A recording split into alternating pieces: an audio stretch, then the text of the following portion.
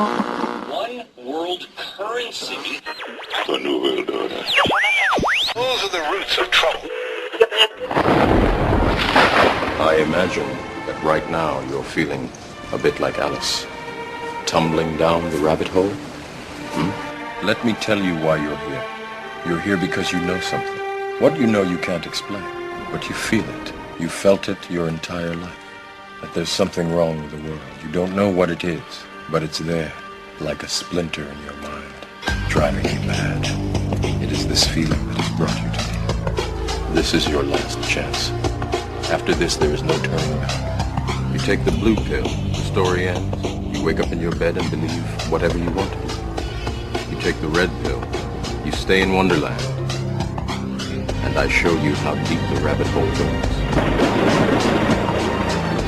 All I'm offering is the truth, nothing more. For we are opposed around the world by a monolithic and ruthless conspiracy that relies primarily on covert means for expanding its sphere of influence, on infiltration instead of invasion, on subversion instead of election, on intimidation instead of free choice, on guerrillas by night instead of armies by day. It is a system which has conscripted vast human and material resources into the building of a tightly knit, highly efficient machine that combines military, diplomatic, intelligence, economic, scientific, and political operations. Its preparations are concealed, not published. Its mistakes are buried, not headlined. Its dissenters are silenced, not praised. No expenditure is questioned, no rumor is printed, no secret is revealed. But I am asking your help in the tremendous task of informing and alerting the American people. And now, welcome to another episode of Down the Rabbit Hole. Here's your host from federaljack.com. It's Popeye. Welcome, ladies and gentlemen. It is the Friday edition, 7/26/2013, July 26th of the year 2013. Welcome to another live edition. Tonight I got an interesting edition for you. In hour two, Steve Stars is going to be joining me to go over the Obama executive order on HIV testing that was being much talked about last week. I didn't get a chance to get Steve on last week or at the beginning of this week about it, so I was able to get him scheduled to come on today, second hour, to talk about it. So we're going to be getting into that and probably a ton of other things, knowing how it is when Steve comes on. But it happens to be one of his fields of expertise, you could say, is the AIDS, HIV fraud. I'm not saying that there's not something out there that's killing people, but the whole testing and everything else. Steve's gotten into it with me before. If you don't know what I'm talking about, you can go check out the interviews I've done with him about AIDS and HIV in my archive section over on federaljack.com. But he's going to come on second hour. We're going to get into it a little bit. I'm going to have him kind of in a nutshell go over a little bit about the background information of it, which he normally does. And no one else that I know could get into it as deep as Steve can, because, again, he researched this for years, and he did a film on this. It's called AIDS Fraud Factor Fiction. HIV AIDS Fraud Factor Fiction, something like that. I'll have him give the proper full title when he comes on, but that's one of his specialties, so I couldn't think of anybody else better to talk about it other than him. So I'm going to have him come on and talk about that. Another hacker was just found dead in his hotel room, supposed to speak out in Las Vegas at a hacking event about hacking pacemakers and things and how you could kill somebody from 30 feet away if they have one of these medical devices implanted in them. He was supposed to speak about how that technology exists. Hackers just hacked a car the other day recently and did video of them hacking it, showed how easy it was for them to do it. But no. Michael Hastings' accident, there's nothing fishy about it. Right. All these hackers dying, all these people dying, yeah, there's nothing fishy at all. We'll be right back. I was telling my hacker friends a couple weeks ago, one of my good friends who's a hacker, I said, you guys should really watch your behinds, all of you. Don't any of you guys worry about that stuff? Oh, no. I don't think they really want to kill off hackers. Blah, blah, blah, blah, blah. Really? You guys don't think that they want to kill hackers off? No, I'm not really worried about it. I'm not really worried about it that much, Blah, blah, blah, blah, blah, Well, this one in particular happens to write white papers, which get published often, and he's, he gets attention paid to him, we'll say. And I worry about him. Now, why do I worry about him? I'll tell you why. Because of things like this. Hacker dies days before he was to reveal how to remotely kill pacemaker patients. Say again? That's right. Security researcher Barnaby Jack has passed away in San Francisco, only days before a scheduled appearance at a Las Vegas hacker conference where he intended to show how an ordinary pacemaker could be compromised in order to kill a human being. I will repeat that again. He died days before he was scheduled to appear at a hacker conference where he was going to tell people and expose how an ordinary pacemaker could be corrupted in order to kill somebody. And he just happens to be found dead in his hotel room. Anybody else see a problem with that? Anyone? No?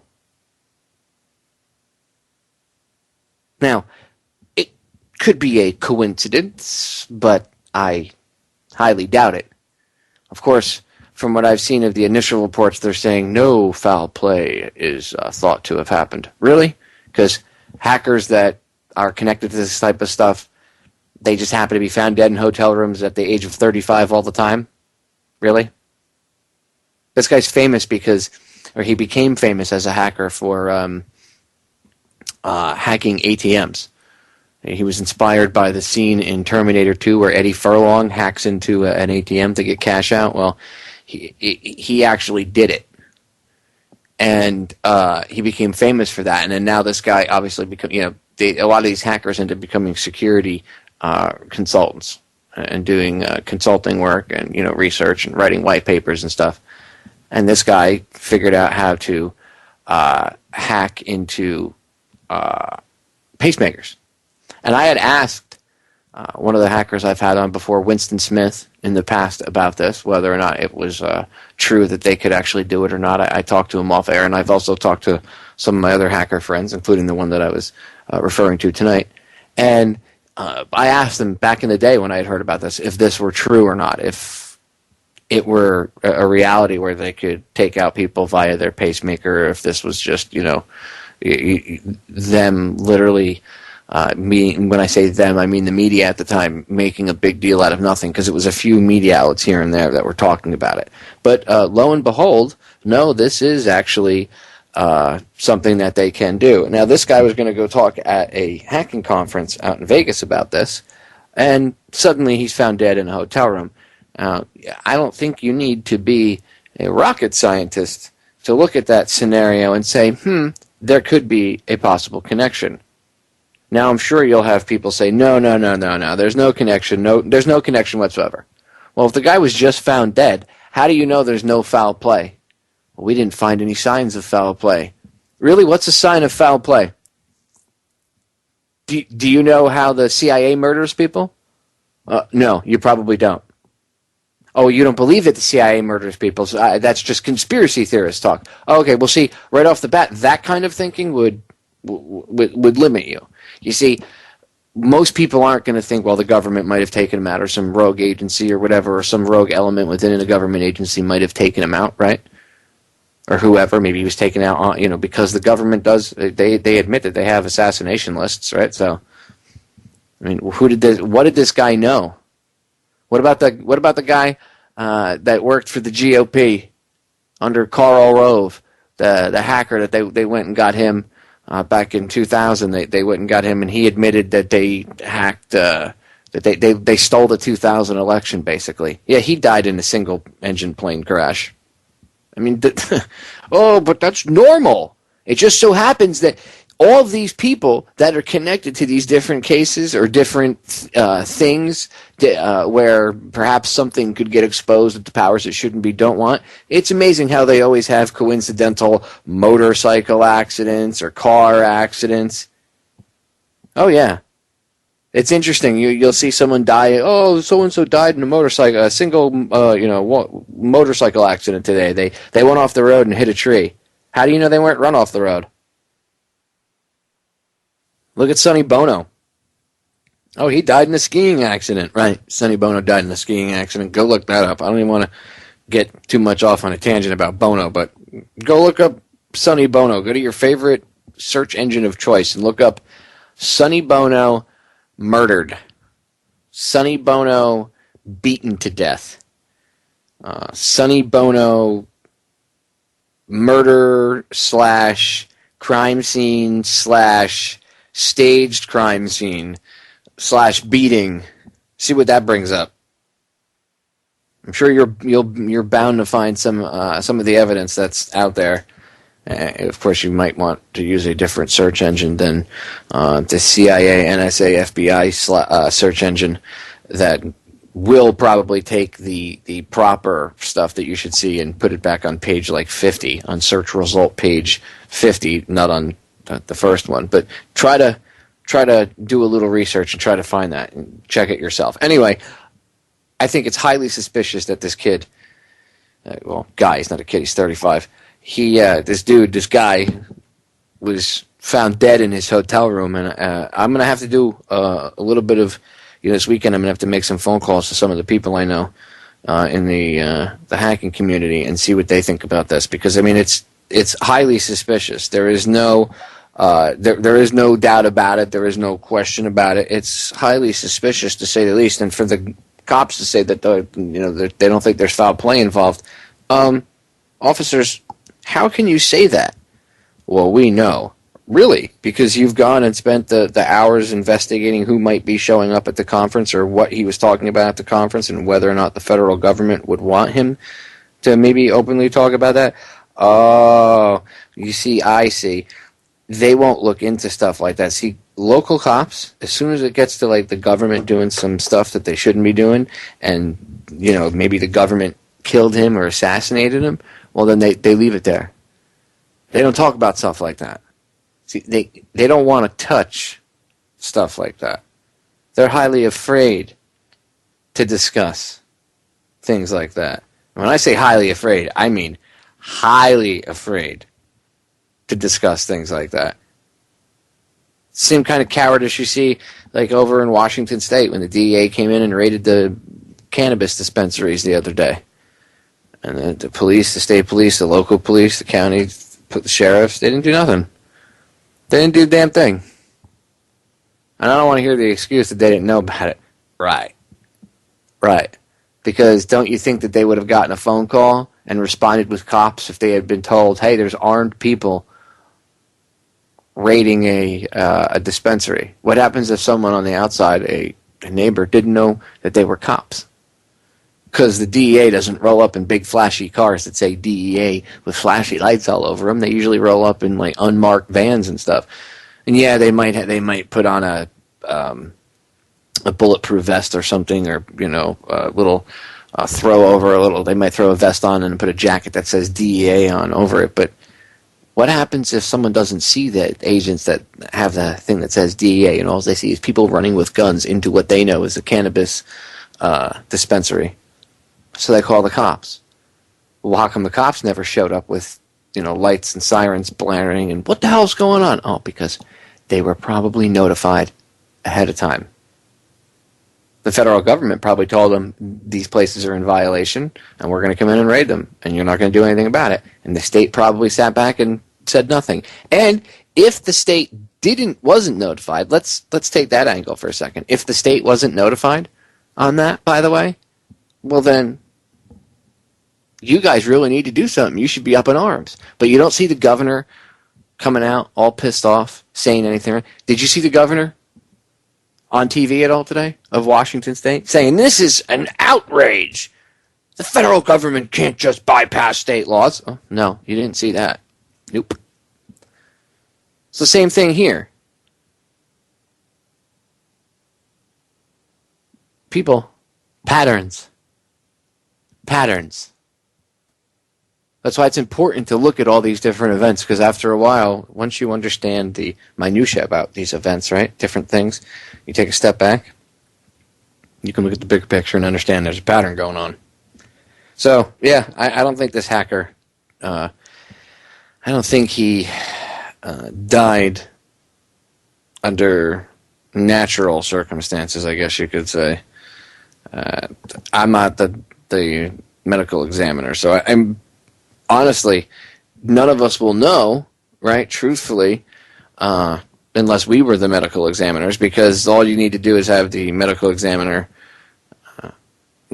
say in his report, oh yeah, there was there's no evidence whatsoever that he was killed foul play, and it was natural causes, he had an aneurysm or something. And mind you, the CIA has weapons such as their heart attack gun that they can assassinate someone with, and this came out back in the 70s. They have weapons that they can assassinate you with going back to the 70s. That they could fire an ice dart into you with a poison, and the dart would melt because it's made of ice. And then the poison would kill you, and it wouldn't be found in a routine autopsy. No. In fact, I think I don't remember if at the time there might have been only one way to do it, and I think it was, I don't remember if it was a spinal tap, which I think that might have been it. You might have had it, whatever it was a rare way I think it was, you'd find, I'd have to look into the research, but it would basically mimic a heart attack, and I don't, if I remember correctly, there was really no way to find it.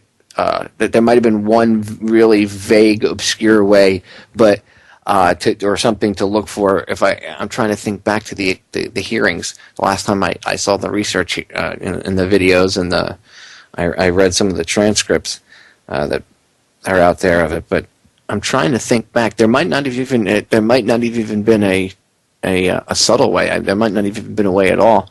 Now that I think about it, to find out whether or not in the medical examiner report as to the poison or whatnot. But it would basically mimic a heart attack, myocardial infarction, you're dead. You have one, you would have a heart attack, but the poison would induce it. You'd drop, and then the autopsy would say, oh, he had a heart attack, natural causes. Moving on. Look at Breitbart. That dude died young. Massive coronary, I think is what they said. He had a heart attack. Right. I believe that he wasn't hit with a dart and killed. Right. I believe that he was, and by the way, they don't have to dart you either. Somebody could bump into you on the street. Oh, I'm sorry, and they have like a little ring with like a little needle on the bottom of it and prick you with it. When you see that stuff in the movies, that kind of stuff is real. They were working on that kind of stuff. When I say they, I mean the CIA, and by the way, the Soviet NKVD, which they had far more advanced assassination methods than we did at one point. Okay? They could spray people in the face with things. That's how they got rid of a lot of people. Actually, you should go look that up. You should go look up what happened to some of the people that Stalin had purged, we'll say, from the Soviet system. Look how they were killed. Look at some of the secret ways they were killed. Things sprayed in their face to mimic to give them a heart attack, and then on the autopsy report it would show that it was a heart attack. Nothing else would show up. Oh, kind of like the ice dart. I know, we're going into tinfoil hatland. Unfortunately, it's all real. We're going to break. We'll be right back.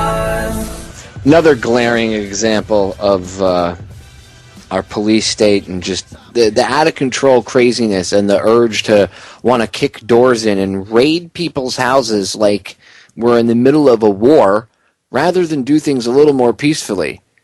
See, the reason why they do these paramilitary-style raids and these SWAT-style raids is because they feel that if they come and knock on the door and say search warrant like they're supposed to, that what happens is people are going to flush cocaine or whatever other contraband they're trying to get, or if it was evidence in a murder trial or whatever, they're going to try to flush the toilet or try to get rid of it or do whatever. And it's happened in the past, and that makes their job harder. So in order to make their job easier, in their mind, it's justified to do paramilitary-style raids on someone's property because they like the element of surprise. And the problem is in these raids, because of that surprise, they don't ever come in wearing suits and capes saying, we're the police. They wear, black ski masks and stuff. And usually the homeowner gets killed because they're legally within their right to defend themselves legally, and just the fact that you can defend yourself, and it's 3 o'clock in the morning and they break into the person's house, and the person responds with firing a gun at them, and they just open fire at the person and kill them. And then it turns out they were arrested, we're in the wrong house, or well, he fired at us. He shouldn't have fired at us, but you guys didn't identify yourselves as police officers. Well, that's too bad. And you have the government doing the same thing, the FBI, the DEA. Well, it recently happened down here in Florida, and I think it was in Sarasota, if I remember correctly, recently in the past 2 weeks. This nurse, they raided her house, and it was the wrong house. And again, they raided it at gunpoint. She's got a concealed weapons permit, and she had an armed standoff with these cops. And then the cop gave her an attitude and said something to the effect of, and I read this in one of the articles, he said something to her to the effect of, well, she was aiming a gun at me or something. She shouldn't have aimed a gun at me. You broke into her house with an automatic weapon. What do you expect her to do? She's got a gun and a right to use it. See, that's why they want to take away the stand your ground laws. That's why they want to take away, you have a duty to retreat. No, we don't. You shouldn't have a duty to retreat. And by the way, that's actually saved a lot of black people, too, in this state. You should actually go look up the statistics, and you'll actually see that it's not a racist law. Anyway, I digress. Let me play this clip for you really quick. Check this out. Armed government officials, again, raiding the wrong house. A Sarasota woman remains shaken up after mistakenly becoming the subject of a police raid. The woman says U.S. Marshals were acting on a tip that led them to the wrong home. And as ABC 7's Bobeth Yates reports tonight, the raid left her staring down the barrel of a gun. Bobeth? That's right, Scott and Lauren. The 59-year-old woman says the marshals came in with guns drawn and ready to shoot. This is a scene from the movie Seven. And while the odds of experiencing a similar situation may seem unlikely, it became a reality for Louise Goldsberry. I was washing dishes out of my peripheral vision. I see movement. I look up. There's a Rambo kind of guy with like a vest and a gun pointing at me with a white light. And I just like, and I dropped to the floor and I yelled to my boyfriend, get down, there's somebody with a gun out there. Goldsberry crawled from the kitchen to her bedroom, got her gun, and waited. I see the door open, so I took aim. It's the only thing I know to do, and I see this bright white light and a barrel of a gun. I don't see a person. And he says, "This is the f***ing police." The U.S. Marshals were raiding her home. Goldsberry says she felt like she was in a war zone, and even though she heard the word police, she says the behavior caused her to be skeptical. It was really scary because, he said, if you don't put your gun down, I am going to kill you. Yeah, he did. And he said, effing kill you. Yeah. And so when he said that at first, I wasn't even sure it was the police still, because I'm like, oh, police don't act like that and say that. You just think it's a home invasion. I thought it was some bad guys after me. Eventually, she put her gun down and was handcuffed. While she waited, the U.S. Marshals explained they were acting on an anonymous tip. I'm having a hard time processing it, and I want to understand. I want the truth. I want to know why they came here. Who called? What made them do that?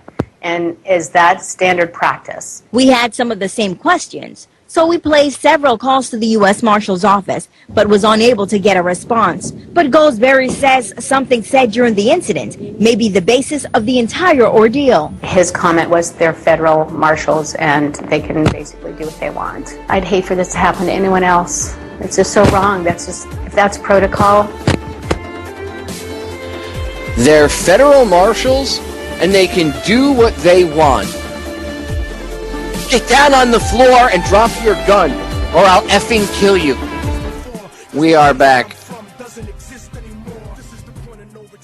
You know, Ray Kelly made a comment the other day about the stop and frisk policy. He said that nobody who's been stopped and frisked was done so, like, how did he put it? Basically, that anybody that was stopped under the stop and frisk policy deserved it. And that, you know, it wasn't like they're just randomly stopping and frisking people, which that's what the policy is. But it's out of control. By the way, this is the guy that one of the people that Obama is considering tapping for DHS, Ray Kelly. Yeah, real nice guy. I could do a whole show on him and their baggery surrounding him and the NYPD. Anyway, college kid sues NYPD over stop and frisk. So, a white vegan, 22-year-old college graduate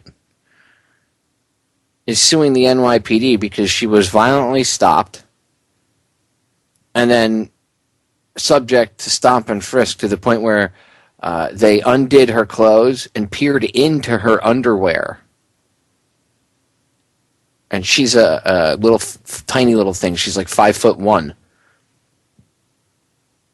And according to what she said, that she, according to the article and I guess her statement, she thought she was getting kidnapped. She didn't know what the hell was going on because they were unmarked. It was from an unmarked car. Obviously, when they're wearing plain clothes if they're in an unmarked car. Quote: she thought she was getting kidnapped, says her lawyer. A female cop opened up her clothing and peered inside her bra and her underwear.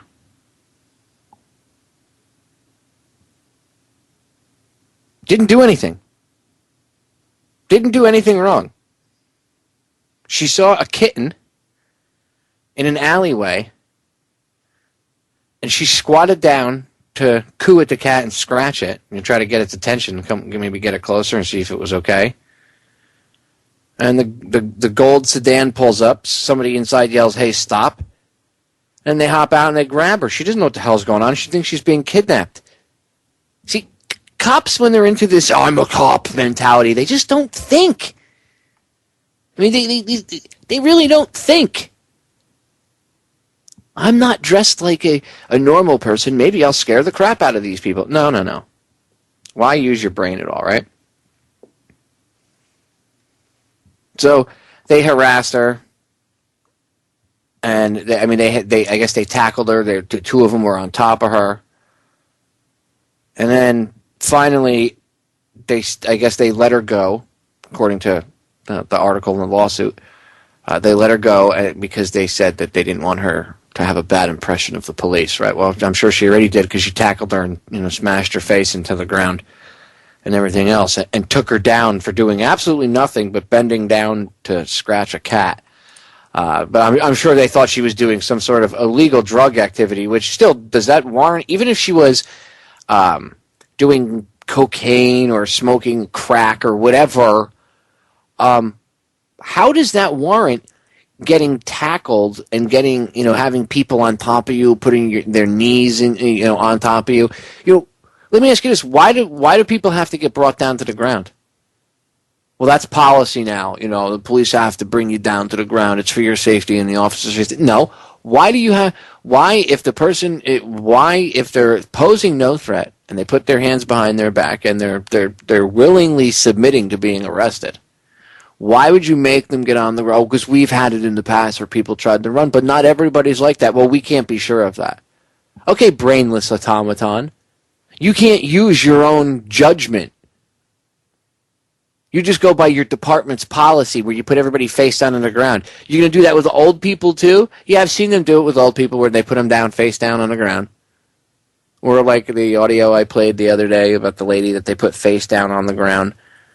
She was going into a diabetic, her sugar was low. She was going into diabetic shock or whatever, or not shock, but like a diabetic episode, I guess you could say. And she was kind of out of it, and she got into a small little fender bender because she was unresponsive when they came up, and she wouldn't open the door. They broke her window. What would happen if she was injured from the accident? and they drag her out and smash and slam her on the ground face first. Then what? Oh, well, we're cops. We can't be sued. You know, it's officer safety. Blah, blah, blah. It's just dumbest reasons ever. And then you have things like stop and frisk, which is just completely out of control, okay? And other such crappy policies like ticket quotas and arrest quotas, which brings me to my next story. Now, I'm always talking about negative cops and bad cops, right? Well, I'm going to play you a little audio about a good cop. Recently, a cop was fired for speaking out against ticket and arrest quotas. They fired him from doing his job because he spoke out against arrest quotas. So, as much negativity as I bring to the airwaves, you know, I don't like to bring the negativity, but the negative things we talk about, I guess I could put it that way. The police state and all the negative stuff that comes with that. There are still good people out there. And unfortunately, you see what happened was he was a good cop, he lost his job. That's why a lot more good cops don't speak up, because they're afraid to lose their jobs and be able to support their families. But you know what, good cops, you guys are good human beings, and do you want to be part of a horrible system? You know, changing the system from within is not that easy. But here, I'll let you listen to the audio from this video clip. Reason TV just went and interviewed him. They did a great job. It's about 6 minutes. Check this out. When I first heard about the quotas, I was appalled. You know, I got in law enforcement because I wanted to serve and protect, not be a bully. You're way beyond encouraging productivity at this point. Now you're encouraging police officers to act unlawfully. Auburn, Alabama is home to sprawling plains, the Auburn University Tigers, and a questionable police force. After the arrival of a new police chief in 2010, the department entered an era of ticket quotas, a common thread tying Auburn PD to other departments in Alabama and even nationwide. Air Force veteran and Auburn native Justin Hanners was a police officer on the force who felt compelled to speak out. The role of police in society, I believe, are to interfere with the lives of the people as little as possible, but protect them from the 1% element that wants to victimize them. You know, let them be free to live their lives, but protect the people and the property. That's what they pay us to do. When I first started in 2006, everything was great. Morale was high. The officers, we had cookouts together. We worked hard, and we pushed each other to be our best, and had great relationship with the public. But in 2010, things just immediately took a turn. Auburn PD's new police chief, Chief Dawson, had new priorities and new marching orders that the chain of command obeyed without objection. Justin recorded conversations between his sergeant, Sergeant Neal, and the other officers to keep tabs on any foul play. He came in and, they immediately started pushing for tickets. Officers will have 100 contacts per month, the minimum. 40 of those may be warnings for traffic. The other 60 will be divided between traffic citations, non-traffic citations, field interviews, and custodial arrests. Do not be one that does not get 100. That's 72,000 contacts a year in like a 50,000 person town. One thing Sergeant Neal did was the rod and the carrot method. If you didn't get the number of tickets he wanted, if you didn't get the 100 contacts, you get mandatory overtime. You get written up. But if you did do well, the officer who wrote the most tickets and the one that came in second were given gift cards for like steak dinners and things like that. Quotas pervert police priorities. Bradley Balco is an investigative journalist for the Huffington Post and author of the new book, Rise of the Warrior Cop. He says that these quotas are an invitation to corruption and bad policing. There's going to be a strong incentive for police officers maybe to find offenses where they didn't exist. Sergeant Neal started instructing me and my partner to arrest people that we didn't feel like had broke the law. Stay active. It's Saturday night. Right here, let's make some contact with Francis in jail. Buy some tickets and all that neat fun stuff that we signed up to do when we signed up for this job. It was one, I think it was maybe a Friday or Saturday night, one of the big bar nights. We saw a guy walking on the sidewalk. He was staggering a little bit, but he was, walking quietly to himself. He was on the sidewalk, wasn't stepping out in the street. We thought, well, it's clear he's been drinking. We'll at least contact him, make sure he's okay. So we get out on him, we contact him. He knows who he is, where he's going. We determined that he's good to go. We let him go. Well, our sergeant saw it and told us to go back and arrest him. He pointed to me and said, "You need it for your stats." So I told him it's not about what I need, it's about what he needs, and he doesn't need to go to jail. So he got out of the car and ordered us to arrest him, and I still refused, and my partner, scared for his job, went ahead and arrested the guy and took him to jail for public intoxication. So you have a policy that encourages police to create petty crimes and to ignore serious crimes, and that's I mean, that's clearly the very opposite of what we want police officers to be doing. Justin repeatedly expressed his concern about the quotas and the way things are being handled to his entire chain of command. He followed up with a formal grievance process through the Director of Public Safety, but to no avail. The director said that these requirements were necessary for increasing productivity. You have to question the leadership there if officers need to have that sort of incentive just to perform their jobs. I think personally that it's revenue driven. At the same time that they're trying to raise property taxes, at the same time they're trying to raise sales taxes, they're pushing us to get more tickets. And they're telling us they don't want these little fix-it tickets. They tell us that they want, quote, meat tickets, something with a fine. They'll look over your traffic log, and if you've got a bunch of low fine or no fine tickets, they're going to tell you to switch and do more speeding, more red lights, more things like that. There's not that many speeders. There's not that many people running red lights to get those numbers. So what officers do is lower their standards. When you're issuing citations, you're forcibly taking money from people, from citizens, and you're putting points on their driving records. I mean, you're inhibiting their freedom in a lot of ways. These kind of policies, the ticket quotas and the heavy-handed enforcement, will affect the lower income populations the most. And when you write somebody 2 or 3 $164 tickets in a month, they've got to make some choices that month. That's groceries. That's maybe food or clothes for kids. That might be car or house payment. It wasn't long before Justin had to start worrying about his own finances after the department made it clear that if he continued to speak out, it would cost him his job. During the grievance process, they try to squash it on technicality. They try to talk me out of it, try to buddy up with me to get it to drop it. Then once all else failed, they started threatening my job and my career, warned me that there'd be consequences for doing this. I had no intention of dropping. At this point, I had no choice. I had to keep going forward, and if I stopped it, nothing would have changed. That just would have been another minor hiccup. Justin was fired, and while the department declined Reason TV's request for information on the case, Justin says he was ultimately fired for violating a gag order. Okay. When they called me and fired me, the first thing that went through my mind was my kids. I'm the primary breadwinner. I don't know how the bills are going to get paid, and I didn't know what I was going to do as far as a new career. All my eggs were in this law enforcement basket. It's what my calling was. It's what I've always wanted to do. Justin hasn't found a new job. He's currently looking for a lawyer to take up his case and sue the department. Though after reaching out to the Police Benevolent Association for guidance, he found out that his grievances were actually pretty common. They're like, basically, here we go with this again. It's a problem in more places than Auburn. This is a frequently occurring thing, and it's a battle with a lot of different officers and departments. While Justin will continue his battle on the legal front, he thinks that the fastest way to get the city back on track is public accountability. Once the people know they can hold their elected officials accountable, and then it'll change. Officers have tried for years to change it from the inside, and they're either forced out or just leave from frustration. And what you end up with is a police department where the good officers have been run off, and you have a bunch of officers that are just willing to play the game. They want to be the bullies. They want to show how bad they are with a badge, and that's what you get left with. At least there are still some good guys out there, but see what they do is they weed them out. The guy stood up for what was right, and they fired him.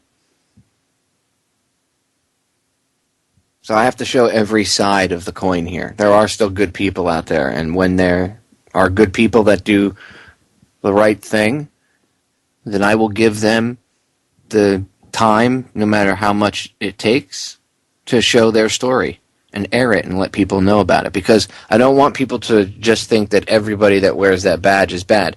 And it's to understand, to be able to kind of bridge that gap, we have to understand the other side, right? Just like we'd want them to understand us, because there's been this false divide created amongst everybody. So now you see that you get a little bit of an insider's perspective as well, because you hear what happens from a good cop who stood up and said, no, this isn't right. He was fired, and you just heard him say that when good cops stand up, they try to change things from within. They're taken care of. They're removed. We need to change the way that the whole system is taught and programmed. Get rid of the system to begin with. All right, we are back. Hour 2 has started a bit early, ladies and gentlemen. And what do I mean by that? Well, as I said, I was bringing on in Hour 2 my good friend Steve Stars. But he's going to join us a little bit early. He's going to join us here for the final segment of the first hour, and then he's going to hang out right into Hour 2. So, Steve, first and foremost, let me thank you for coming on tonight. Always my pleasure, Popeye. You do the hard work. I just get the pleasure of being on your show once in a while, and it's always wonderful. We've got a great audience. You do a lot of hard work yourself there, and I told the listeners about the executive order on HIV testing, which we're going to get into in the second hour, and I gave them a brief synopsis as to why you're the expert on the HIV/AIDS thing, but we can get into that in the second hour. You were just telling me, though, something interesting before we came back in, and that's that the cinema over in Colorado there from the Aurora shooting, they're getting sued? That's right. They've had some suits and a number of disgruntled people who were either injured or killed. There have been a number of these things filed. The judge recently said that he would not throw them out, which is a real surprise because they got rid of that Sylvester and they have a new judge in there. But KUSA Channel 9 reports a new lawsuit against the owner of the Century 16 Theater in Aurora points to an FBI press release about a possible attack on movie theaters as one of the many reasons the company should have had more security. Now, before we go a little too far into this, we'll have to remember that there was a fellow by the name of Police Chief Dan Oates in Aurora, and this is the second time he has prevented a major disaster from happening by not having armed security from the Aurora police there. The last time this happened, it was in New York City when he was head of the NYPD intelligence department right up into days before 9/11. Interesting, isn't it? That this guy, well, there's one thing you can say about it. He's been in two places and done nothing before two big disasters happened. But anyway, the important thing about this, the lawsuit points to a May 2012 FBI release in which the agency said movie theaters in the U.S. might be the target of an attack. The release was based on information the FBI gathered following the arrest of suspected terrorist Najibullah Zazi in Aurora, Colorado, of all places. The serpentine path of these people just keeps crossing itself up, it looks like to me, Popeye. Anyway, the lawsuit was filed Thursday morning on behalf of Ashley Moser, who lost her 6-year-old daughter, Veronica, and her unborn child, and was herself left paralyzed in the tragedy. She lost 2 children and was paralyzed in this whole situation. It goes on to say the lawsuit gives more than 24 other examples of violent crimes in movie theaters. It also claims the theater's only surveillance cameras were in places to protect employees and property, not customers. So we're talking about why there weren't surveillance cameras here and all this other stuff. Any evidence that tends to show Cinemark was protecting its employees or its money more than protecting its patrons will go a long way in convincing a jury to find in favor of these victims, Robinson said. That's one of the people who is commenting on the story. So the whole point here is that the claims that the surveillance cameras were in places to protect employees. They did not even have a camera apparently looking at Cinema 9, which is where the shooting took place. And remember, this was a sold-out premiere showing when the shooting took place over a year ago now. That night, it was a Thursday night. Remember, Popeye, we covered this right away. We said something's wrong with this whole story. I still believe there is. James Holmes, it's a mystery in himself. Somebody working with all kinds of neurological and mind control apparatus techniques and technologies over at the University of Colorado Med Center, just blocks away from where it was. I grew up in this area, friends. I know it very well. And this theater should have been covered by police. There were 4 cinemas sold out to watch this rambunctious Batman movie that was premiering that night, and there's a lot of drug activity. There are a lot of ruckus people around in that area. For God's sakes, they've had cops there. People who go to that theater said they almost always saw police from the Aurora Police Department, which is just basically across the street, in the theater or in some place, watching the doors, or as many as 3 or 4 cops in this big cinema complex. So Cinemark, I think, is in real trouble here. I don't think they're going to win the public opinion poll, or they're going to lose in the public opinion court, Popeye, because obviously there was something very wrong with the lack of security in this gun-free zone. I mean, the whole thing, your listeners know a lot more about this than the average people who hear these stories, Popeye. But even this is going to affect a lot of the average, mundane, run-of-the-mill, mainstream, lamestream people. Oh, I agree. and there's just so much evidence. Plus, there was that group this group consisting of all these different police departments, including the Aurora, Colorado Police Department, that had fed the same information to DHS, and DHS put out a report months before saying that the theater was going to have, there were possible theater attacks and blah, blah, blah. So it just all stinks to high hell. It really does. Ladies and gentlemen, don't go anywhere. Hour number 1 is officially over, but we will be right back in 59 short, quick seconds with the beginning of hour number 2. So stay tuned. Don't go anywhere. We'll be right back.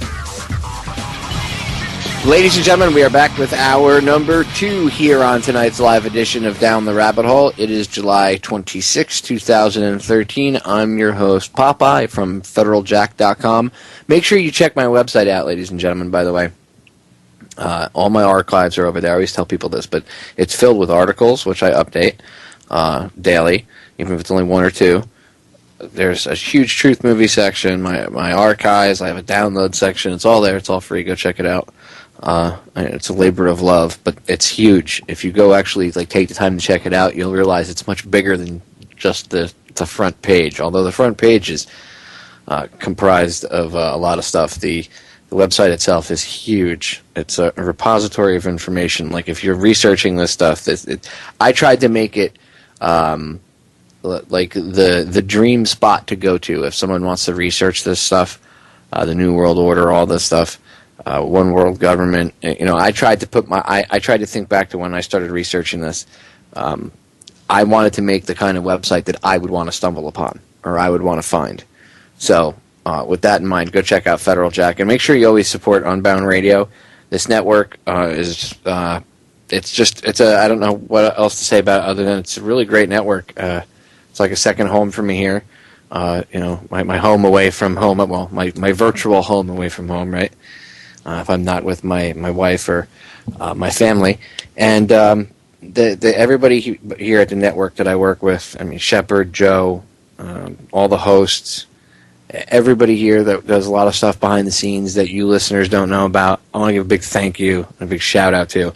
Everybody does a lot of work here. There's a lot of unsung heroes here at Unbound that they bust their butts every day to make sure that you guys can at least hear programming and live broadcasts, or make sure the rebroad stream without problems. Our tech guy Chris, he's a great guy, genius with the coding and stuff. Big thank you to him. Just thank you to the whole Unbound team, hosts, tech, the people that run the show. Just everybody's great to work with, and I don't give Unbound enough spotlight sometimes. So, and I forget half the time to even say the network name or anything, and I never get my balls busted for it. No one ever emails me and says, "Popeye, you didn't say Unbound Radio on air," or anything like that. So, I just wanted to give the network a quick shout out because I constantly forget to give them a plug. So, with that in mind, Steve, we have about a little less than a minute before the break sneaks up on us. Give out your website really quick, because I want to get into the AIDS fraud or the HIV executive order, the HIV testing executive order that Obama put out. So people can kind of be ready, because the break's going to sneak up on us here. Throw out your website so they can kind of at least have an idea of this, why you're a good source of information on this. Okay, we put out a documentary in 96. Actually, it was released in early 1997 called HIV equals AIDS, Fact or Fraud, in which we present 10 scientific reasons that dispute HIV is the cause of AIDS. Now, that doesn't mean AIDS is not real, friends. It is. There are people dying of immune deficiency. The question is this government program behind a virus called HIV for real, or is it it's a complete scam? Our website is aidsfraudvideo.com. And you can see the film for free there if you want, or you can order it. aidsfraudvideo.com. We'll talk a little bit more about it after the break. All right, we are back, ladies and gentlemen. So, for the listeners here at Unbound that have never heard me and Steve get into the AIDS fraud factor fiction topic here, I've had him on before I came to Unbound, and it's in my archives. But and we could probably even do a a more detailed show, I guess, if we don't get super detailed into it tonight. But we probably will go down that path anyway. You can go check out the video, the archives I've done with Steve before. Check out his movie. But Steve, take a few minutes in a nutshell. Explain what we mean when we say the HIV test is the fraud. Give people a little bit of a background, because I know there's a lot of people that know people that have been affected by AIDS, and they say, well, what do you mean? I know somebody that died of AIDS. Well, you've had close friends of yours actually pass away from the disease. So Steve's not saying that there's not something out there, but what they're saying and what they're doing are different than what's really going on. So, Steve, the floor is yours. Yeah, I appreciate it, Popeye.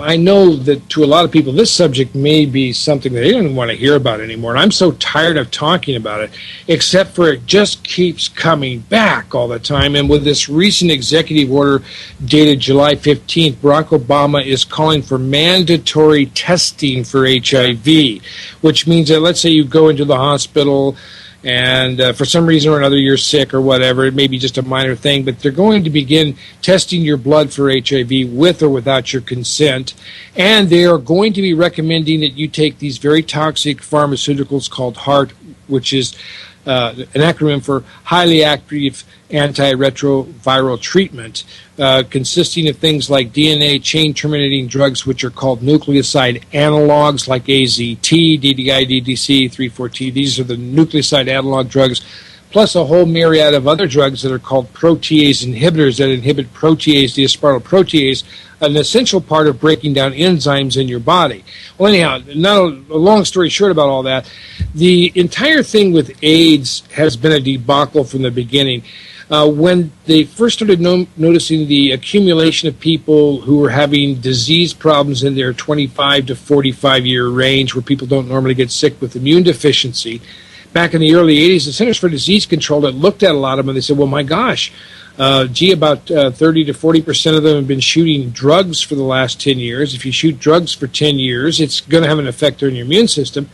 The other, say, 50 to 60%, there was an overlap of both drug addicts and gay men, were gay men who were in this fast-track gay lifestyle inhaling nitrite inhalants, a nitric oxide radical, amyl nitrate, butyl nitrate, and they were using this as an aphrodisiac. They were taking all kinds of pills, and they were going to the bathhouses and having 300 to 500 sex partners a year.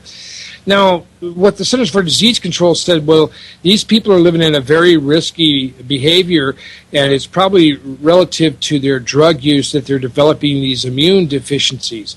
But you see, once the germ hunters and the fanatics and behind all this kind of stuff got involved with it, they said, oh, wait a minute, maybe it's an infectious disease. Let's just look around for an infectious disease that might cause this.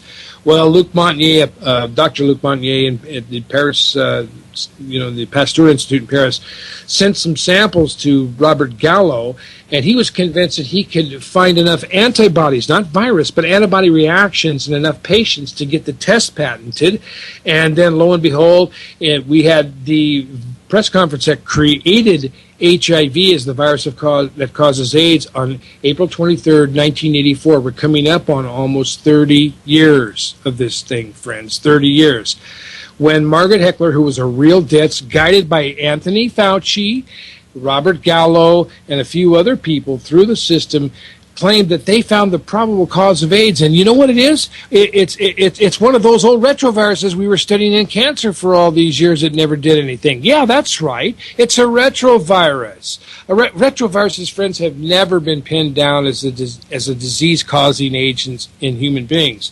As a matter of fact, that's the reason why they studied them in cancer, because if you killed a cell with a retrovirus, it wouldn't be a cancer. Hello. Well, Robert Gallo was this National Cancer Institute person who came up with this deal. This very same day, the U.S. Department of Health was patenting the antibody blood test, which would earn well over $100 million a year, large financial kickbacks going back to Robert Gallo. Then it turned out that Gallo had stolen his research from the Pasteur Institute. Of course, there was a big scuffle and hassle over all that as well. But the bottom line is that even from the very beginning, they couldn't really find a large looming amount of boiling virus in these people. There was virtually nothing because they had an antibody defense. When they test you with the ELISA test is enzyme-linked assay. What it's designed to do is discover if you have an antibody defense. Let's say you thought you were exposed to HIV sexually, and I'll get into what a myth that is in a little bit too, because the whole connection between sexual transmission of HIV, much less the cause of AIDS, is extremely deceptive, friends. Let me interrupt you for 1 second, only because you brought up something, and I don't want to get too far off away from it, and I just want to throw this out there because I've talked with you about this before. It's interesting how they say when we were doing research on cancer and how AIDS comes up in that comment, and I say that because if anybody's ever read Dr. Mary's Monkey, and I said this before, and I've talked with you about this. In there, you'll see that the SV40 virus wasn't the only thing that they mutated. And one of the ways that they had mutated the original, the Judith Baker, the lady that I've talked to, she's a good friend of mine. She's the former girlfriend of Lee Harvey Oswald, and she's talked about their work on weaponized cancer. Well, once they got it going, they took that and they mutated it, and they were playing with stuff that with a particle accelerator. No, was it? Yeah, I think it was they were using a particle accelerator. They were. I have to go back and look now in the book to see the exact piece of equipment. Anyway, they were whatever they were doing with it. Whatever they were doing with the virus, they were dicking with it, and it ended up that not only did they mutate this cancer virus, but there was other stuff in there along with it, and there was speculation on Ed Haslam's part, the author, that could that be what the AIDS virus is, or could that where the modern day AIDS virus have come from? Because they obviously realized it was in there, and they probably went, "Ooh, what's this?"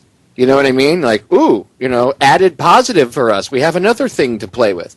So my question to you, and I already kind of know the answer, but for the newer listeners, do you think it's possible that whatever AIDS really is, not the HIV, not the testing fraud that ruins people's lives, but whatever it really is that's killing people, besides, the risky lifestyle and everything at the time, and how, I've postulated to you how perhaps it was something, if they wanted to field test, that they would go after that, back then they would target the homosexual community, because they probably, if they were going to look to do field tests, they would say, well, who's the best, you want a control group, and then you want a group that you could field test it on. Who would be the best, who's going to spread the virus the most? Who has the most promiscuous sex right now, perhaps, or is out in the open about it? Maybe I would have targeted, if I was going to put myself in the shoes of evil scientist, right, and I was looking for, I would target the homosexual community and the swingers community at the time, back in the 70s, because they were the most people having sex. If you want to transfer this disease that maybe you have created that could, anyway, I don't want to digress too much. My point is, my question to you is, do you think it's possible that whatever this is that's killing people, or something that's killing people, because you said it, like you pointed out, it's a multitude of different things, and then they just lump it under, ooh, look, it's AIDS, see, bad, deadly virus. But do you think that a retrovirus, a mutant retrovirus, or a mutant virus of some sort that attacks the immune system could have come about from them playing with this virus to kill Castro and make weaponized cancer? I think it's possible. I mean, when people ask me this question, because they oftentimes think that HIV was created in some laboratory as a population control mechanism, or it was possibly a mechanized bioweapon of some sort, I hold that question with a lot of scrutiny, only on the grounds that I say that, for example, there was a very deadly virus called Mycoplasma X, or Mycoplasma incognito, that as early as 1993 was isolated by Luc Montagnier, the very guy that discovered HIV before Gallo stole the research from the Paris Pasteur Institute. And it was also found by Dr. Sheng Lo, who was with the armed forces. And they think this was directly related to a lot of Gulf War syndrome. And every time I talk about HIV/AIDS, I feel bad if I don't mention my friends who have been fighting this thing called Mycoplasma X for all these years, trying to get this exposed. This is a very dangerous and deadly virus. And it's a real thing, only in this case you can actually treat it with, I believe it's ariomycin and conventional antibiotics. You can, if you identify this, you can stop it with antibiotics. But the problem is, it's very difficult to discern the difference between Mycoplasma X in its ongoing and latent period stage, which is really only months after infection rather than years. That's one of the big problems with HIV. So I think to answer your question, Popeye, we know that they weaponized anthrax, and we know where that came from. The big problem with bioweapons, friends, is that they don't always go off the way you want to, and sometimes they come back and get the very people that they're trying to, who are trying to use them. For example, they're not a very good weapon. In this case, HIV would not be a good bioweapon for two good reasons. First, you have to have sex with the enemy 1,000 times unprotected in order to transmit it sexually, according to Dr. Walter Dowdle of the CDC. That was that sexual transmission issue. 1,000 sexual encounters, because it's 1 out of 1,000. Maybe you get lucky on the second or third time, but probably 1 out of 1,000. Or like being hit by lightning is the way he put it. And then you have to wait 15 years for the disease to take place. So that's not going to make a very good weapon. HIV itself would not make a very good bioweapon. But are there other things that they're using and calling it AIDS under the disguise of HIV? Are they poisoning Africans, Popeye, just because they're a test group and then saying it's HIV? Are they even using things like mosquitoes, which we know that they can alter and impregnate, I guess, supposedly with poisons that they can transfer via mosquito bites? I think they can. There are a lot of places where pollution and other things like that can't have anything to do possibly with biological weapons can show up and be used, and people will die and they'll call it AIDS. That's the point there, that HIV is an umbrella. It's like the 9/11 terrorists. You blame everything on Al-Qaeda. HIV is Al-Qaeda.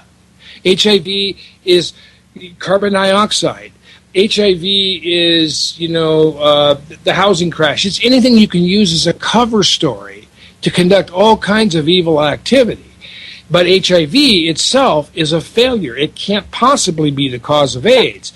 That's obvious that there is no singular virus or virus strain, HIV1, HIV2, that are causing this disease. Whatever it is, it could either be massive starvation like it is in Africa, which is the #1 cause of immune deficiency worldwide, friends, is malnutrition. It's been around for a long time. They had people dying of what looks like AIDS hundreds of years ago in Africa. I remember seeing the films of the bugs on the eyes. Remember the BOE? They call them bugs on eye programs where they saw these kids starving in Africa. That's what they call AIDS now. It's like AIDS is a cover story. But the fraud behind HIV and testing for HIV acts as the ability of the New World Order to set up a big-time international health control grid. And it sucked $300 billion out of your pocket, friends. And you are going to be affected by AIDS, not by the disease, but by the lack of treatment, the lack of funding, the lack of research. And if you're going to have people who are going to be dying in places where they're ill-attended to, with people who aren't trained, no money, financing. $300 billion has been taken out of the healthcare budget to spend on this wild goose chase, and it has produced bridges to Bumpkus. I agree, and a lot of people's lives are being ruined because they get, labeled being HIV positive incorrectly, and it's really, again, it's not solving a problem. So it really makes one wonder what's really going on. Ladies and gentlemen, stay tuned. We will be right back. Don't go anywhere. All right, we are back. So I was correct. Steve and I were chatting through last segment and into the break. I went and I pulled my copy of Dr. Mary's Monkey off the shelf. You see why I tell people? By the way, this is a perfect example of why I tell people to buy physical copies of a book. Because as a piece of reference material, a reference to go to. I can't keep. I mean, I have a pretty good memory. I would think my brain is, I don't. Anybody that's ever seen me do my show, I don't usually have like when I say, I have a stack of things here on my desk I want to go over. It's kind of like just something I say. It's usually the stack. I already know it's usually stacked up. I have things open in my browser, but it's all usually in my head. Maybe a little note or two I have written on my pad, but most of that stuff is stored up in my noodle. So once in a while, because I have all this knowledge in my head, once in a while I'll question, is that right? Like I did with the particle accelerator, the linear particle accelerator, because I wanted to make sure I had the information right. So anyway, I went and I grabbed my copy of Dr. Mary's Monkey off the shelf, and look, physical copy, right? Make a quick reference right while we're on the radio. So I went to the contents section, and if you have a copy of the book, I can tell you where to look, or if you don't, I would suggest you go to, I think Ed's website is drmarysmonkey.com, if I remember correctly. Go to his website and buy it from the website because it supports the author more than buying it from Amazon. So go to drmarysmonkey.com, or just look up Dr. Mary's Monkey in your search engine. But go to the website itself and buy it right from Ed. And tell him I said hi in the comments. Tell him you heard it here on Down the Rabbit Hole. Anyway, if you have the book, or if you get it in the future, go look and under... you'll see Chapter 12 and Chapter 11. Chapter 11 is The Machine, and Chapter 12 is That Other Epidemic, and he gets into a little bit about AIDS in there. But The Machine itself, Chapter 11, starts on page 243. That's where it starts to talk about the linear particle accelerator that I've mentioned multiple times on multiple different broadcasts. Dr. Mary's Monkey by Ed Haslam. Go get the book. Anyway, I just wanted to make sure I threw that out there. So, yes, they were screwing with this thing, Steve, and then they ended up, they were trying to mutate cancer and turn it into this bioweapon. And my theory on AIDS, or whatever it was, and who knows if it's what it is now, because, you could release something and it mutates, but I at least maybe in the beginning, because a lot of people have said, with AIDS, that they think it's a bioweapon by the government. And I think it was... an added, look what we did while we were trying to make weaponized cancer, and they wanted to play with it. And I think that was actually the experimental release of it, and they were probably trying to see how they were probably trying to test the efficacy of it and see if it actually worked. And then if it did, they could move on. But it probably didn't kill people. It probably didn't kill enough people. I mean, I know people think that the AIDS epidemic is ridiculously high, but it's not as high as actually the media and everybody would have you believe. So, and there are certain countries that do have high maybe high rates of it in an area, but again you have to wonder how did it get there? Well, they were banging monkeys. That's how they got it. Really? They had it from having sex with a monkey? I'm supposed to believe this crap? Right? Like, I just personally, Steve, I think that they probably picked areas to release it. You know what I mean? Designed specifically, maybe like to see if sexual promiscuity would help spread the virus. Maybe spread it in an area like Haiti to see if perhaps, or in parts of Africa to see if perhaps. If it's a really poor spot and people have low nutrition to begin with, then they see if it affects, how it affects someone with a weaker immune system as opposed to someone with a stronger immune system, but maybe who lives a promiscuous sexual lifestyle, and then maybe test it on the general public who just has a basic general strong immune system. And I mean, to me, if you look at the evidence of what they've done in the past and the evidence that's out there to support that's kind of, to me, that's my basic synopsis of, in the beginning. Now, where it is, what it's mutated into today, who knows? I mean, maybe it was efficient, but not efficient in the ways that they wanted it to be efficient, and they moved on to other things. And you see nasty things like Ebola that make your insides liquefy and come out of your nose, your ears, and your mouth, and every other pore in your body. Yeah, that's awesome. Yeah, again, I don't know if that's nature or if that's man dicking with things. That's another. Just there's a lot of when it comes to diseases and viruses, that kind of stuff creeps me out. Like man-made diseases and viruses, That's playing God, and we shouldn't be doing it. All right, ladies and gentlemen, break coming up. Don't go anywhere. Be right back. Stay tuned. More with Steve. All right, Steve, so we got a nice long segment here. We got 2 segments left here. Man, the hour went by fast. Ended. I'm going to give you the floor. I want you to tell me your thoughts about what I was talking about last segment with the bioweapons testing, and then you could throw out that little tidbit of info that even I didn't realize, where the CDC, what they're attached to, and the whole thing with the Attorney General. And it makes sense, but I didn't even, it was like a light bulb that was sitting there. It just needed to be tightened a little bit more. Yeah, we were talking about the Centers for Disease Control, and they originated from the civil defense. They're a very old organization that kind of came up out of the days of, post-Civil War, of course. But it's taken a long time, really, for them to become what they are today. They're not like they are a part of our defense system. That's why the Surgeon General wears a military uniform.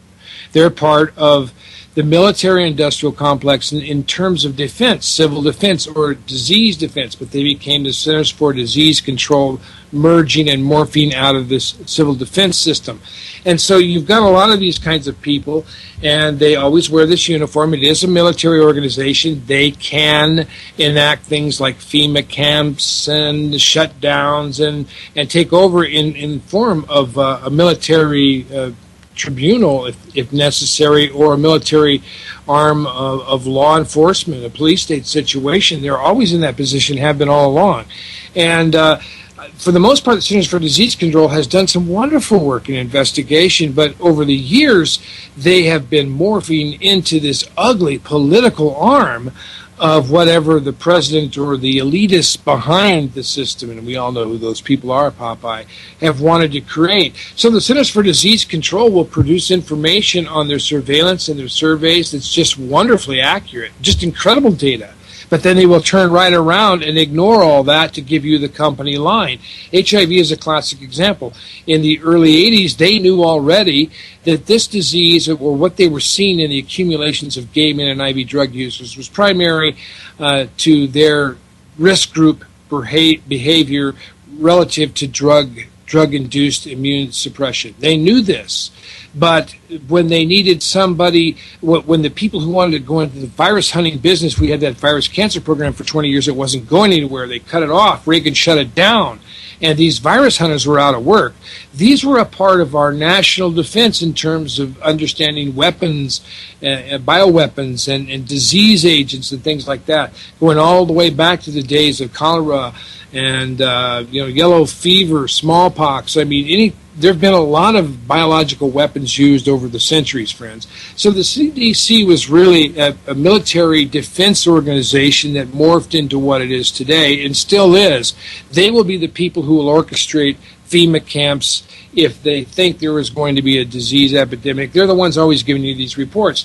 And even though they actually knew that AIDS was primarily confined to its risk groups at that time, they were allowing people like Max Essex and Robert Gallo to scare the hell out of people about an infectious agent, because you see, this is how they fund things. Look at the original swine flu. Look at all the flu epidemics. They come out with some new disease almost every 18 months. They'll have a new flu next year around, and it'll be an epidemic because 2 people had it last week in China, and now 4 people. It's up 100%, Popeye. You see, this is the way the whole thing works. They did the same thing with AIDS. And then, of course, even though the actual analysis, the surveillance and things like that, and as you mentioned before, and I should say this again, there's a difference between HIV infection and AIDS on a graph. HIV infection is a flat line. It's about 1 person out of 200 who will test antibody positive. Remember, we're not testing for the virus. We're testing for the antibody defense. 1 person out of 200 will test positive. Has been that way since 1984. There are actually less people per capita with HIV today. Not a lot, but a few less per capita than there were back in 1984. But AIDS came up out of nowhere because it was never called AIDS originally. It was called gay-related immune deficiency. It was called the dwindles. For 100 years, drug addicts used to have this problem where they would get really sick and they would fade in and out of health, and they would get opportunistic infections, they get dementia, they lose immune abilities, even CD4 T cells, the very same T cells. We called it the dwindles. And that was what it was for many, many, many years. It wasn't called AIDS, it was called the dwindles. And then when this demographic of people coming up out of the late 60s and into the 70s and early 80s, gay men coming out of the closet, it's the bathhouse lifestyle. And by the way, this is a very small percentage of gay men that were in this very fast-track lifestyle. About 85 to 90% of gay men are not affected by HIV or AIDS. But this very fast-track lifestyle, along with these drug addicts, were the people who were developing immune deficiency. Centers for Disease Control already identified it as a drug-related problem in a big demographic. But the virus hunters needed money. This is part of that big military-industrial complex to fund things like Dr. Mary's Monkey. I haven't read the book, but I'm just throwing that out there as another one of these projects. This was a research grant that they could soak the public for. They could scare the hell out of you, tell you that it's an infectious disease, tell you that it's being spread sexually. And, you know, if we have just enough time, let me quickly go over the sexual threat of HIV transmission. In 1987, Dr. Walter Dowdle, who just received a Lifetime Achievement Award with the CDC, I guess he's still there. Back in 87, he was called upon by the Centers for Disease Control to assess the risk of HIV transmission. He had already done some fine work with genital herpes. He had basically been able to determine how infectious this microbe was, so they called on him to assess the risk of HIV transmission. He released a study, and you can see it in our video. It's a study that was published in the Wall Street Journal. It was May 1st, 1996, but it came out in 87. So the Centers for Disease Control kept this hidden for a long time. Only one time out of 1,000 unprotected sexual encounters, 1 out of 1,000 was his risk assessment. His words were, quote, transmitting HIV, well, this part I'll add, transmitting HIV sexually between two heterosexual people, in his words, quote, was like being hit by lightning. In other words, he didn't say it couldn't happen. He just said it was extremely rare. Very, very, very unlikely. There was a test done by Deborah Anderson at Harvard where she looked at the semen of 25 men, each contributing about 1 million sperm cells or semen equitable to sperm cells. About 25 million sperm cells from 25 different men, 1 million each. They only found one footprint or a provirus of HIV in all that semen. I mean, there wasn't any there. Okay, Nancy Padian did a study where she had 172 discordant couples. She had these were people who one of the parties had HIV, the husband or the wife, the other one didn't. She followed this 172 couples, which would be 344 people, for 6 years. 6 years. Some had safe sex all the time. Some had safe sex some of the time. Some of them had safe sex maybe once in a while, and some never did. Out of 6 years and 344 people, 172 discordant couples, one with HIV, one without. The number of people who transmitted HIV between the sexes was a whopping 0. 0. 0. None. 0. None. After 6 years, all these people having sex. What does that tell you? They scare the hell out of you with the idea that this was a sexually transmitted disease, and they damn sure knew back in 1987 it wasn't. All this time they've been lying because they needed the funding, Popeye. They needed to employ these people. They needed to scare the out of you, like they always do with 9/11, with global warming, with the bankster bailout, with anything else that comes along. They trigger you just like lemmings. They put that icy talon of fear deep down inside your cranium, and they manipulate you like a puppet. And all the time, people are thinking this is a sexually transmitted disease. That's why it never went anywhere. The line of infection is a flat line. HIV or AIDS came up from virtually nothing to 70 or 80,000 and went into steep decline in 1992. It's been dead for 20 years in this country. But now Barack Obama says everybody has to be tested for it. Okay? If they'd have listened to us in 87, there wouldn't be Obamacare today. We've been trying all these years to expose this thing as a fraud. This was before Oklahoma City, friends. This was before 9/11.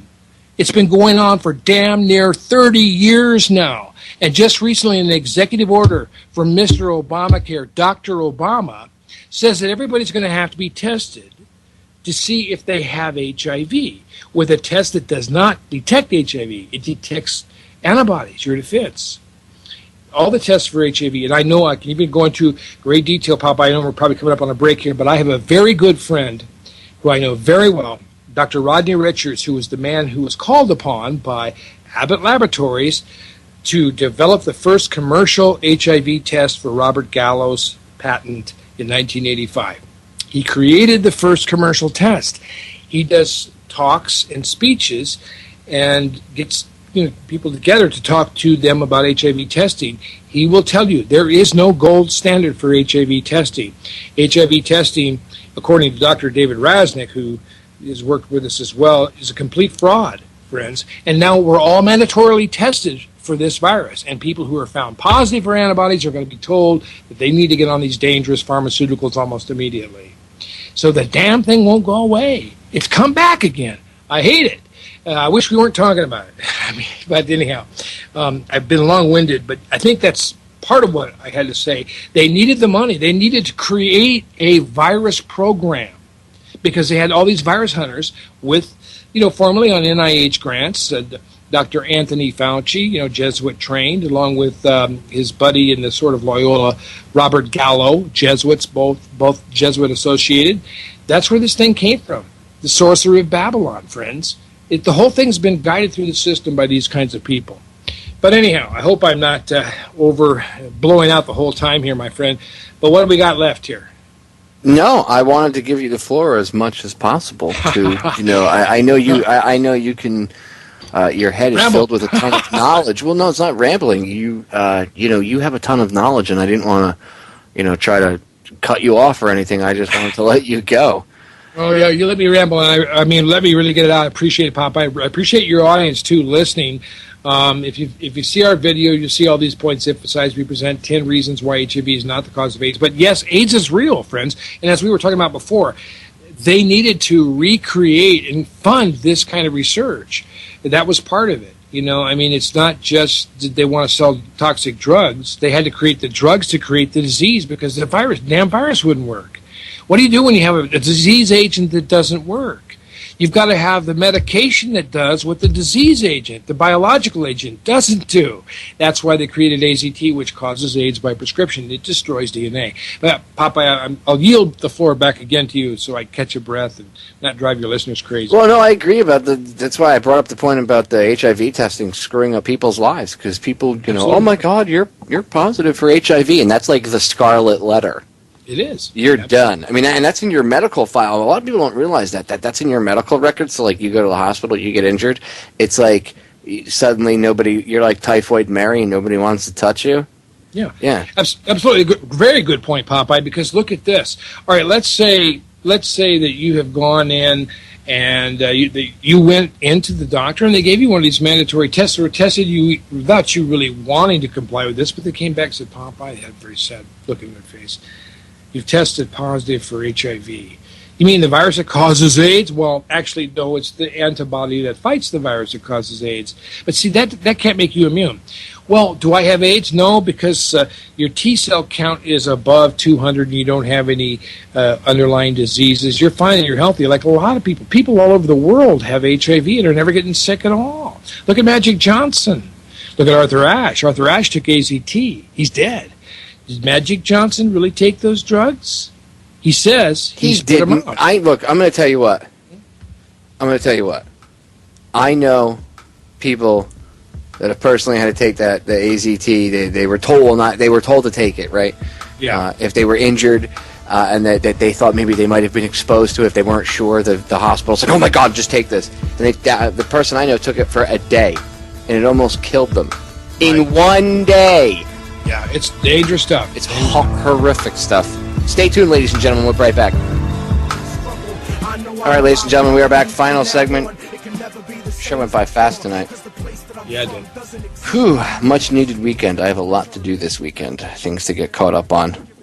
A lot of it for the broadcast, so not really having any time off this weekend, but which is the norm for me. But at least I'll have an extra 2 hours at night, because doing the show, it takes actually a little more than 2 hours, because you got to get I have to get my cup of coffee, everything lined up and ready to go, and get the guests lined up, usually if I have someone coming on. So anyway, final last few minutes here, Steve. I want you to go ahead, and you brought up a good point, because you were going to bring it around to something I had mentioned earlier about when I had said that they were testing the efficacy of the bioweapon, perhaps. So go ahead. Well, we were talking about immunity, and you can never be immune to HIV, according to the CDC. Remember, of course, that the Centers for Disease Control provides all the information that contradicts their official statements on HIV/AIDS. You can actually do a very thorough job. As I said before, you can see this graph. If you plot it out, the infection rate is level. The disease goes up like a bump and comes back down. Grade school kids or little kindergartners could say, can you see the difference between these two lines? Yeah, one is straight and one has a bump. Right, the straight one is HIV infection. The bump is AIDS. They don't look alike, do they? No, that's because there's no correlation between HIV infection and AIDS. 50% of all the people who they checked in 1984, Popeye, were women. It was already spread evenly between the sexes in 1984. It was a shock, and it was 1 out of 200. But 90% of the AIDS patients were men, gay men, and IV drug users, addicts. When they tested the women, they asked them, they found out that 60 to 70% of those women were IV drug users and addicts as well. So you see, it's always been in the risk groups. It never did become the big plague that Oprah scared you about.